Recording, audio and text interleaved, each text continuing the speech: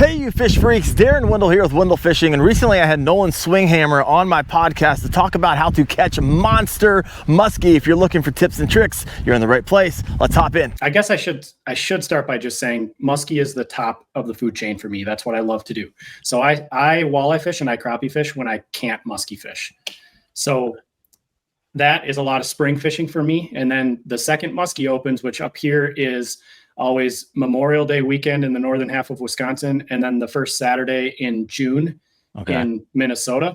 Then I go nuts. And the water temps in Minnesota and northern Wisconsin up here in June still can be pretty cold depending upon the year. We're talking upper 50s, lower 60s.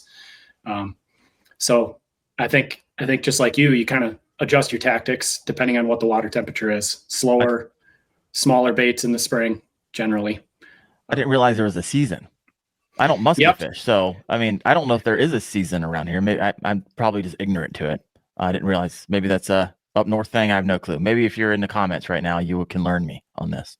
So I can tell you the reason for it up here is these muskies are incredibly susceptible to being caught when they're spawning. So those seasons tend to open up right after their spawn gets done. So we give them a chance to get out of those super shallow areas where their backs are out of the water and people can basically go pick them up when they're running up streams and in the back bays and stuff. And we let them get out of there and get back out to doing what muskie should be doing before we start trying to throw baits at them. So Low Life said I hooked a muskie back in February after a snowstorm in a spillway.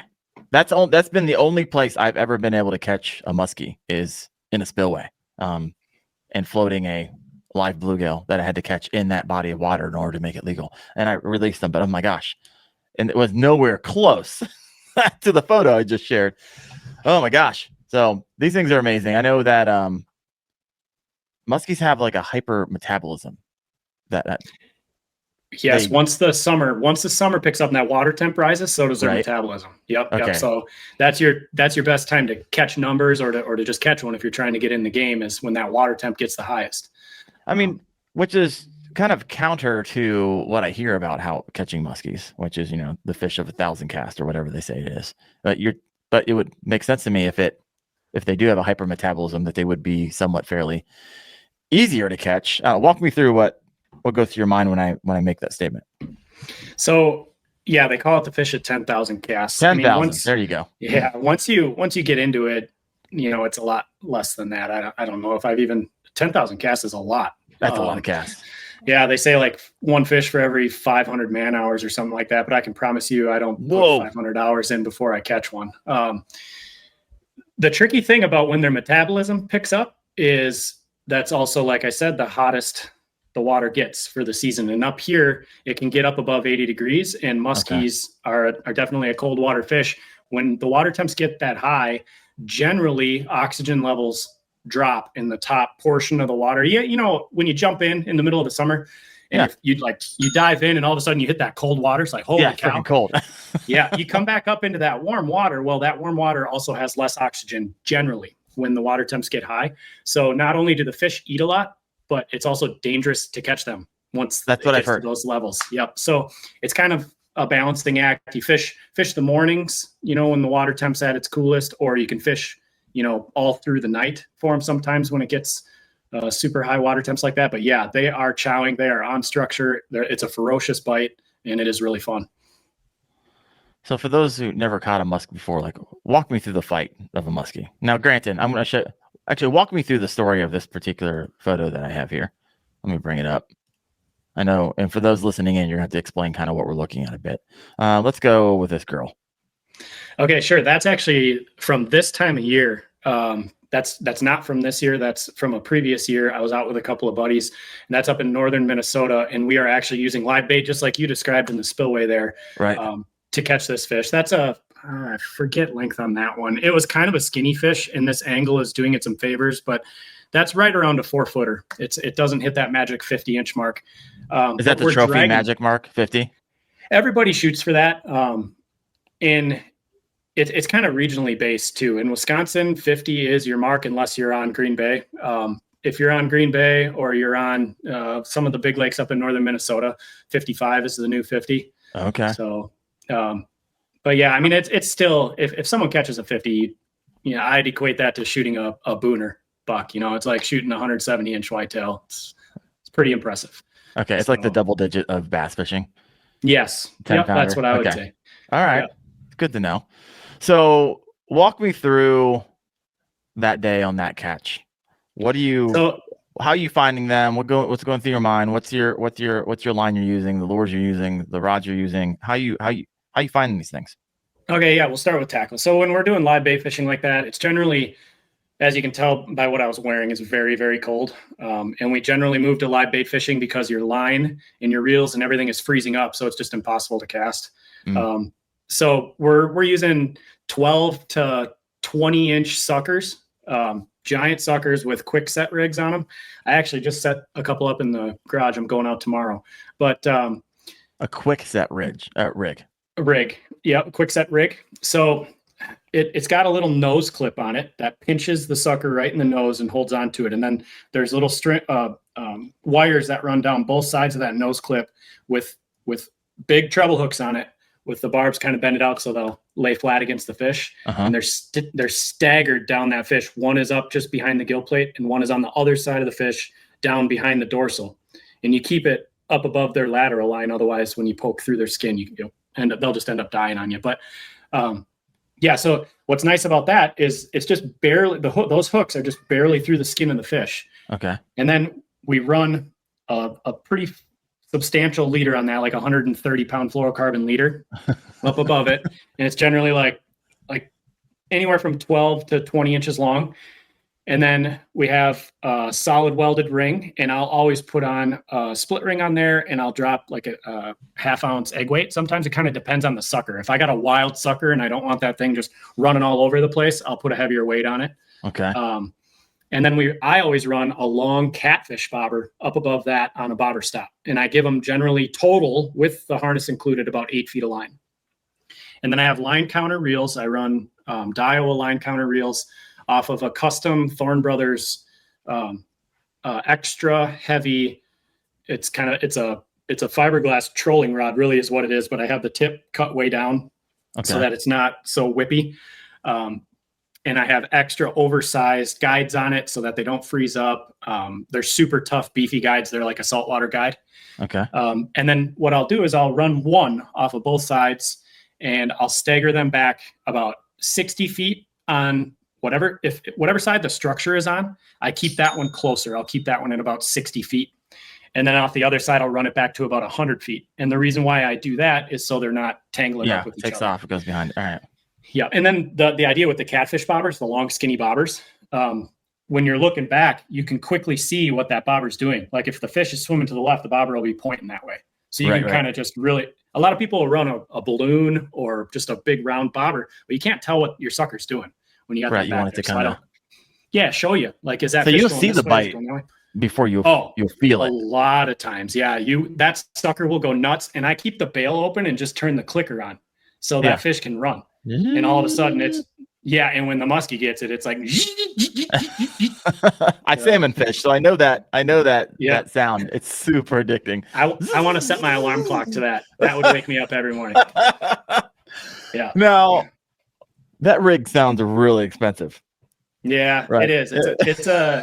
It's not cheap. I'm not going to lie, but I've been collecting this stuff since I was 14, so I've had a lifetime of collecting this gear, and just kind of, I would say if there's any other musky anglers in this right now, you would agree we're kind of different. We're different. We want specific things with all of our tackle to do specific jobs, and these fish are so big, the equipment needs to be able to handle it. So these specialized rods really help.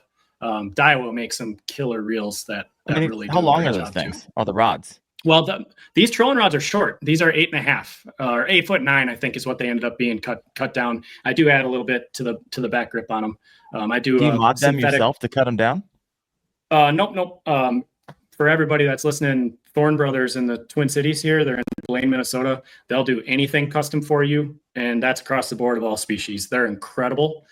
They have just a bunch of pro fishermen on staff. So if you tell them what, like, the specific lure you're wanting to throw in this specific presentation, they'll build you the perfect rod for it. It's pretty cool. So how much does a perfect rod run you? It all depends on what it is. Actually, the musky rods are considerably cheaper than some of the walleye rods. Oh, really? It's easy to spend over $700 on a walleye rod. Wow. Yeah, I mean, Torzite guides, light as a feather, just incredible stuff. So are you patterning these things? Or are you just finding them on live scope? How would someone, if they didn't have tech, get on one of these big fish? If you're like going old school, no maps, no nothing. Yeah, just like I'm getting into it, or my dad handed me down the old musky rod and his tackle, and like where in the world I go? You're on a boat, right? Yep. And so I'm generally on a boat. Yep. Yeah. So if you didn't have any electronics, I mean, I can go back to just how I started. I had just a little 14-footer and a handheld GPS that had no mapping on it. You just had your waypoints that you could drop. And I'm fishing the Chip of Flowage. It's this giant body of water up here that, I'm 14, I could easily get lost. So I'd turn that GPS on and mark where I'm seeing fish and stuff. But if you're trying to find fish, you don't have electronics, you got to find some sort of structure. Shorelines are great. Follow the weed edge, get to the edge of the weeds, all the typical ambush spots where predators set up. A muskie is going to be right where a bass is, right where a walleye is. The thing is, muskies are generally trying to eat bass and walleye sized prey. They're not going to be going for walleye and bass when there's suckers and white bass and easier fish to catch in the lake. But yeah, it's all the same. I guess you could learn a lot from musky fishing just in that they're like the top predator. Mm-hmm. But the way you fish for muskies, for me, is translated down across the spectrum. It always seems like a game of cat and mouse with whatever you're trying to fish for. So if you can make them chase, it's pretty much game over. Okay. From my experience. Yeah. Are there particular times of the year they're going to be moving like a bass does? So walk me through the seasons and where these things are. I mean, is it do they mimic what a bass is doing, or is it somewhat different? Well, I'll let you tell me if it's similar to bass. But here we go. So in the spring, like we discussed, they're up super shallow. They do all their spawning where basically they can get their backs out of the water a lot of times. And then when I've seen that before. I've literally seen a tiger muskie. I'm like, what in the world is that dinosaur doing? In West Virginia, I fish at this lake that has literally an old historic record for tiger muskie for the state. And I saw one. I was like, holy crap. And it was up on shore. I was like, it was wild. I haven't seen one of those in my entire life. And this was just probably 5 years ago. Sorry, I interrupted you. But yeah, I've seen them actually up out of the water. I was like, wow.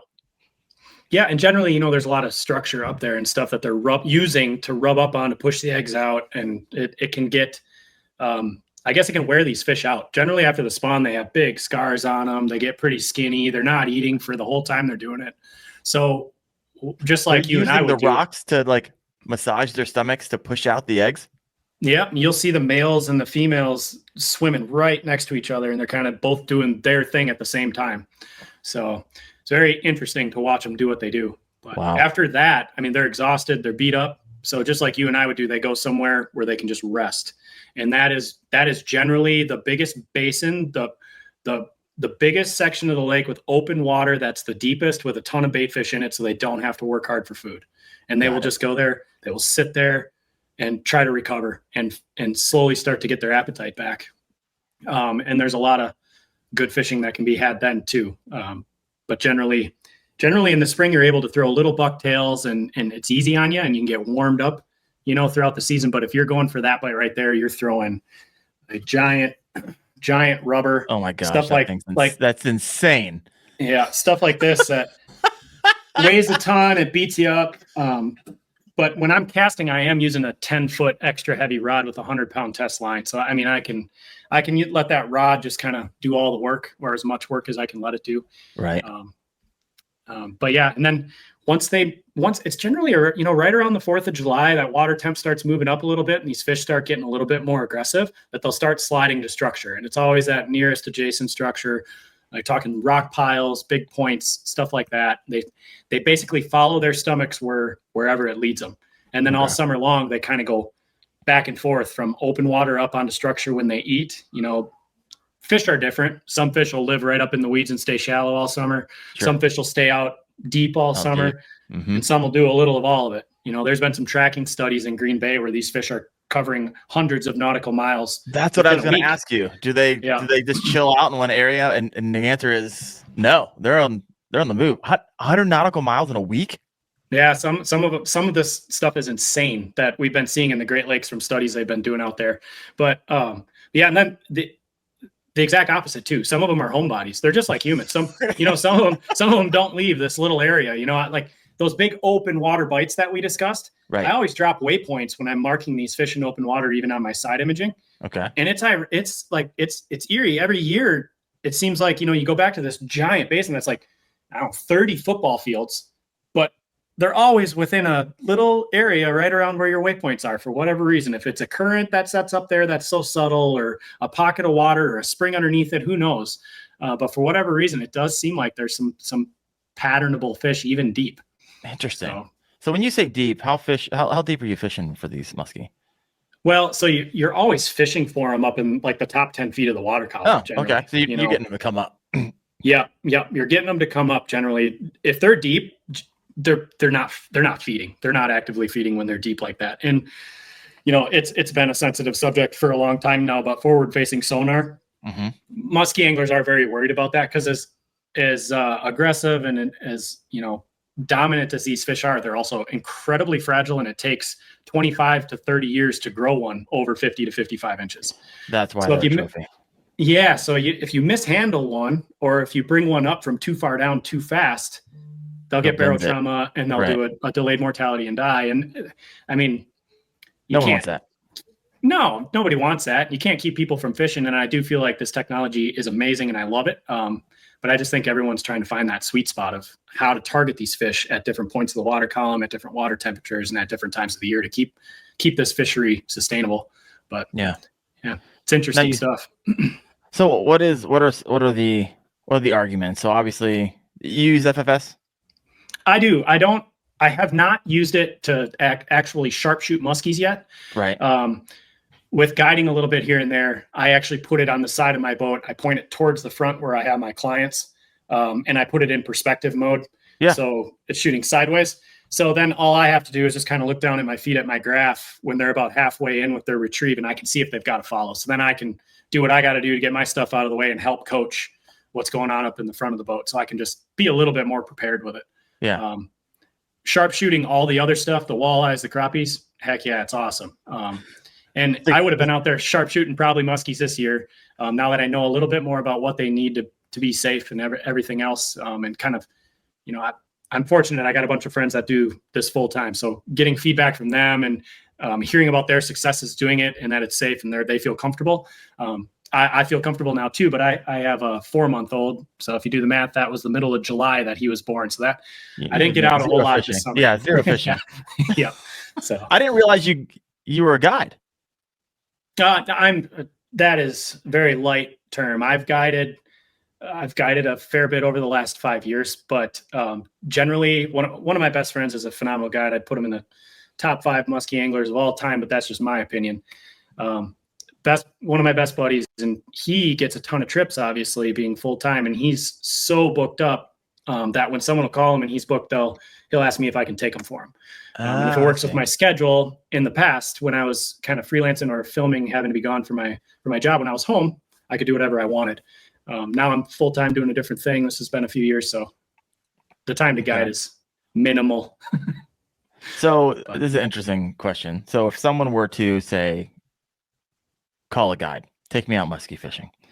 Now, they're not the easiest things to catch. Obviously, if a guide knows where they're at and can get on them. How often? I would imagine you skunk out more often than you would on bass, right? There's harder fish to catch. How often does that happen? Honestly, not that much. Okay. I'd say, well, I know that I've skunked 5 times, but I haven't guided a ton. I've probably guided maybe 20, 25 trips. So I don't know, a little less than quarter of the time. Yeah, skunk, pretty good. But generally, you'll always get a chance. Generally, you'll get a chance. You might mess it up. A lot of times of the year, you're fishing all day for one chance. Luckily, when you're guiding, you know pretty well when that's going to happen. You kind of know when the window has been. So in the past, when I've guided, I've been able to tell people, for the most part, we're going to get one chance today. I can't tell you we'll capitalize on it, but we will get a shot. And I can always say, I promise you that I will put you on muskies. If you can promise me you'll catch them, then we're going to do really well. We'll be good. So, yeah. So let's say you got to follow. You see it on your graph. Sure. Walk me through how you get that thing to commit, right? Walk me through every video that we watch on YouTube and TikTok about the figure eight. Gotta talk about the figure eight. When do you do that? When don't you do that? And so, because a lot of times, all these videos, you just see it just kind of walk. You just see it slowly chasing it, not committing, just slowly chasing it. So walk me through, and I've seen it myself. Literally, they're slowly coming up behind it, but for whatever reason, they're not committing, and they do it all the way to shore and all the way to the boat. So walk me through what's going through your head. How do you get if you're guiding, how do you get one of your clients, how you're coaching them through how to land that thing? Well, if I'm guiding, the first, probably, it all depends on how much experience they have, but probably the first hour, if we're starting from ground zero, is literally teaching them the technique of the figure eight. And you ask, when do you do it? You literally do it every single cast. Every single time. You don't have to continue. Every cast. Yeah. You don't have to continuously do it, but absolutely you need to make at least one big turn, because these fish are fast. And I mean, half a tail kick, they can come from the bottom of the lake 40 feet up. They're there like that. So and generally speaking, it's like a game of cat and mouse, like I alluded to earlier. When your bait is all the way out there, you can't do a whole lot to make it change directions. You just don't have the angles. But when it's right at your feet, you can make it go everywhere. So that's another reason for a nice long rod, a 10-foot rod. You can make it do big circles, especially when you start getting into 4-foot plus fish. You need to make a big turn for them to be able to make the turn. Right. So when I see a follow, the first thing I try to do is take it away from them, speed them up, change speed, change directions. Yep. So try and get them to react. And then if you can get them to speed up with you, almost every single time you'll make them eat in that first turn. So what I like to do is, I'll bring that rod tip down without bending over. I just take that 10-foot rod and put it right in the water. And I reel until I see that bait come to about where I have about 3 inches of line out before my leader starts. And then I start the turn, and I just bring my rod basically up and out, and right there, I'll just slow it down just a hair. And they almost always, if they're speeding up to get to that bait on the way to my feet, they'll cut that corner and grab it right there. And it's perfect because your arms are already out there. So all you got to do is just pull in and hold on for dear life. Yeah. then they rip. Yeah. Then generally, I mean, we crank our drag, we lock it. I mean, literally like with the pliers, lock it down so that no line can go out, so that you can get a good stiff hook set. So then when you only have, if you got a green fish on 3 inches of line, you definitely hit the spool. Your thumb is more than strong enough to stop the spool and be the drag itself. Let them get back out there, turn them. And by that time, whoever's in the boat with you, if you're lucky enough to have a net guy, by that time, you're able to grab your net if you're alone and get set and bring them right back to the net. The fight generally doesn't last long when you've got 100-pound test, 10-foot rod, extra heavy. So the goal is to get them in, take that picture, and get them back out there. So how do you handle one? For those of us who are like, I don't fish for them very often. I got a monster. Of course, I want to take care of it well. How would you coach someone in taking and handling a muskie? Because they are fragile. Yeah. First and foremost, have the right release equipment. You got to have nice long pliers, even a de-hooker. There's some clamps that work really good that I'll use. There's all sorts of, there's all sorts of them that work great. But the key is keep your hands away from those teeth. I mean, they will shred you. They are so sharp. And not even the teeth, the gill rakers, when you go to gill them and hold them, if you don't do that right, it just rips your hands up. Yeah. Blood even everywhere. Yeah. I mean, even doing it right, still you get kind of gill rash on your fingers. It'll bleed because they're so sharp. But yeah, first and foremost, have the right release tools and have them available, or know right where they are so you can get to them quickly. But then handling them, I do everything in the net, in the water. I keep the fish in the water. I get the bait out. You can kind of take your time, because they can rest and kind of relax when they're in the net too. Keep their head in the water, keep them breathing. And if you can get it while their head's in the water, pop that bait out, clear the bait of the net, clear the rod, get that out of the way, and then go ahead and take your picture. A lot of times, if you really get them to commit, I mean, they're head hunting. They inhale these baits. They'll get them deep. You have to, hold on to their gill plate, open up their mouth with your hands a little bit, and get down in there. And a lot of times you're just cutting the hooks. Pull the hooks out, pull the bait out of there, take the picture. So you want to have a good hook cutter. I mean, look at how beefy these hooks are. You know, I mean, Oh my gosh. it's substantial to be able to cut those. All right, so let's get tactical here. Obviously, you got to support the weight of the fish and so forth and so on. But what you're saying is limited time out of the water, if just seconds, take the photo and slow release, and my goodness. Yeah, I mean, it's not like you got to be you don't got to do it like your hair's on fire or anything, but definitely be efficient with it. No lollygagging, you know, get it up, make sure you get a nice shot, and then get her back in. Heck yeah. All right. Let's go a little bit tactical here. I know I've asked you to bring on some of these lures, and they look absolutely wild.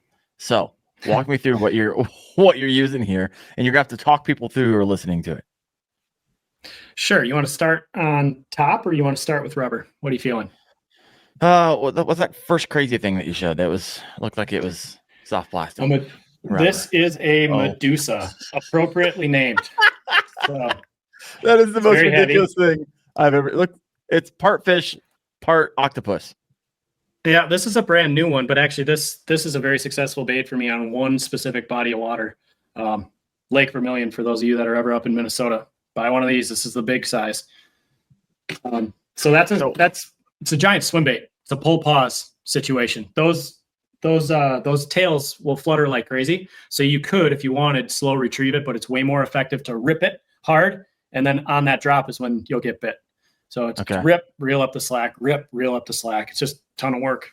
But it sounds exhausting. How much does a Medusa cost? Because that thing didn't look cheap.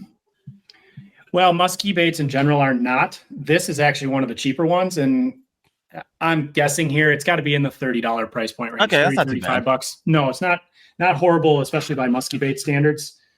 Same with this. This is another swim bait that I've modified. Just a big paddle tail is all this is. And this does like actually 10 inch? Yeah, 10, 12 incher. This does work great on a straight retrieve, and that's how I've modded this one and have it set up. I put a front end, a blade on this that one of my buddies invented. It's a one-piece blade, so if it's in the water at all, it's spinning. You can't mess it up. It's amazing. Okay. You can rip it through weeds, bounce it off rocks, no matter what, it is spinning. And then what's really cool is he's got these tickers on here, so every rotation, it's ticking in the water. Okay, just attention. Tons of vibration, tons of noise. So that's another tactic with rubber like that. And then I guess kind of another pull pause bait. I'm sure you guys can tell me what this one's called. This is called a beaver. There's the tail. Oh wow! This one has actually, this exact bait right here has caught 2 fish over 4 feet. This is a good one. Again, I've modded it. I've added a bunch of weight here, added a hook onto the front as well, because like I kind of said it earlier, but when a muskie eats and they are trying to kill and eat, they head hunt. They go right for the head. So a lot of times they'll get it up here, which is in front of the hook. So I like to add a hook right up there on the front. That is the wildest thing. Why are all musky lures so crazy looking? Yeah, I don't. And this is actual deer hair too. Like this is some artwork. You know, these guys tying these up. It's beautiful, and they've got little hard body sections. Okay. So this actually makes a ton of noise in the water too. It clacks. It looks like nothing though that they eat in the wild. Oh, they devour beavers. Oh, really? They devour bats, ducks. I mean, you name it. They eat it. I realize the beavers. All right. Oh my gosh.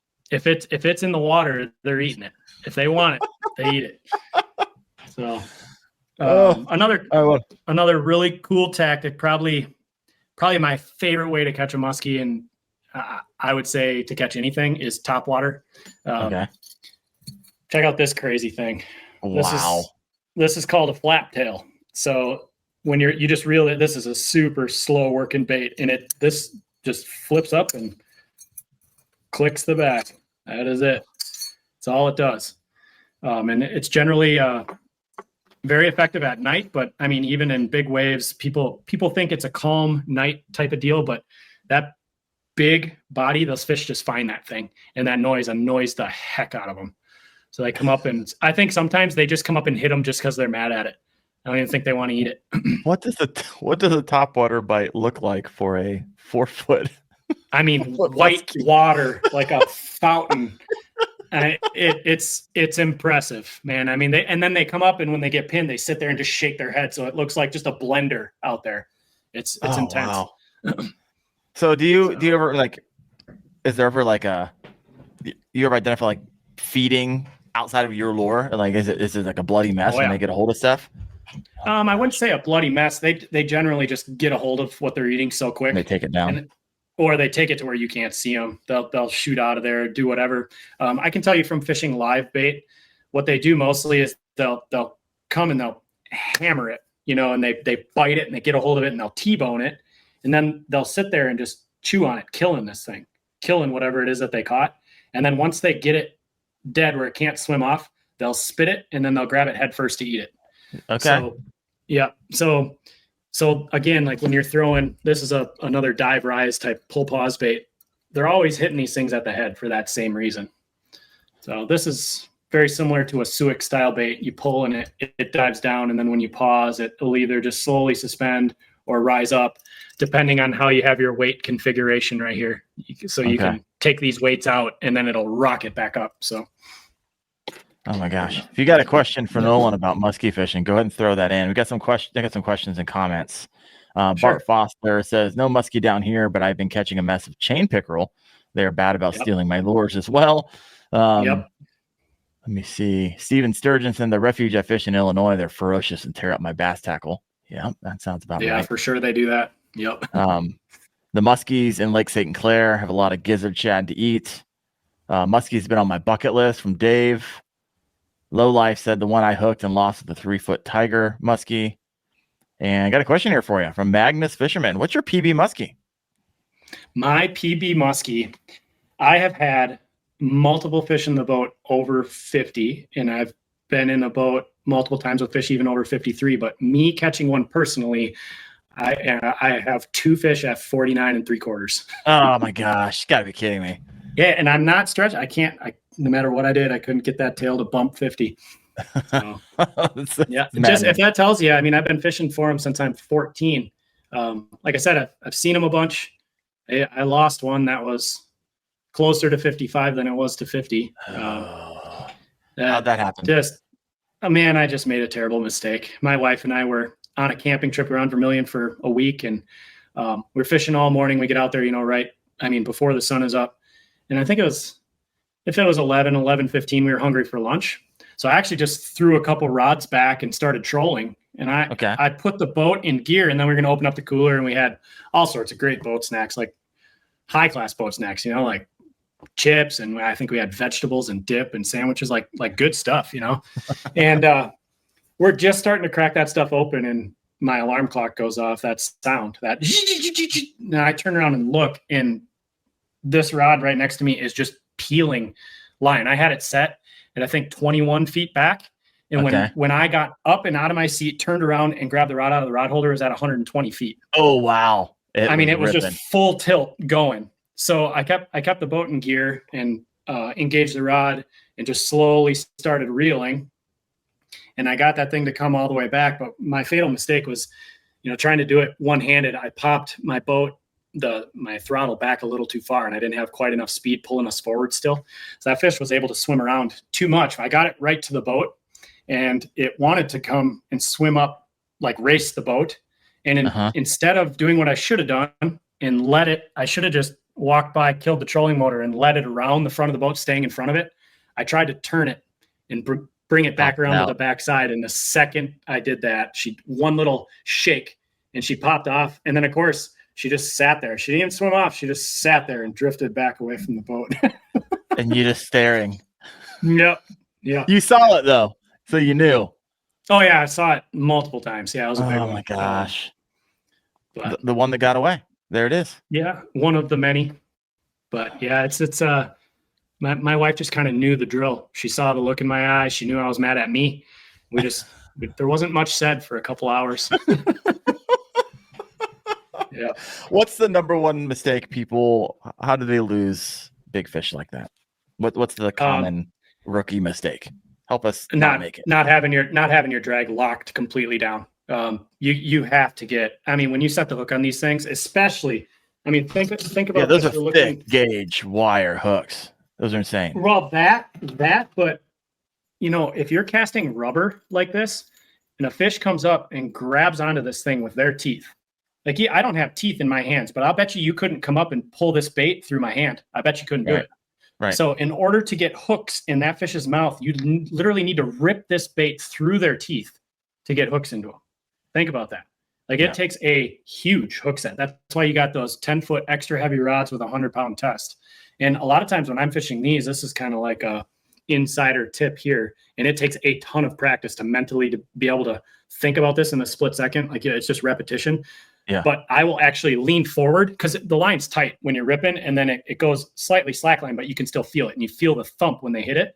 So you gotta, it's rubber. They'll hold on to this for a second or two. You get a split second. You can reel down, and then I lean forward so that there's just a little bow in my line, and that kind of helps.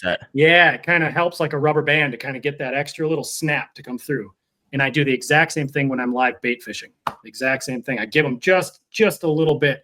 And then it's not so much like a strength hook set. It's as quick as you can be. You want to be just really fast with that hook set. Okay. All right. But that's the key. So many people will get bit and then they say they're losing the fish, but really the fish is just letting go. They just never got hooks in it. That's the biggest mistake I see. I would not have known that. That is good to know.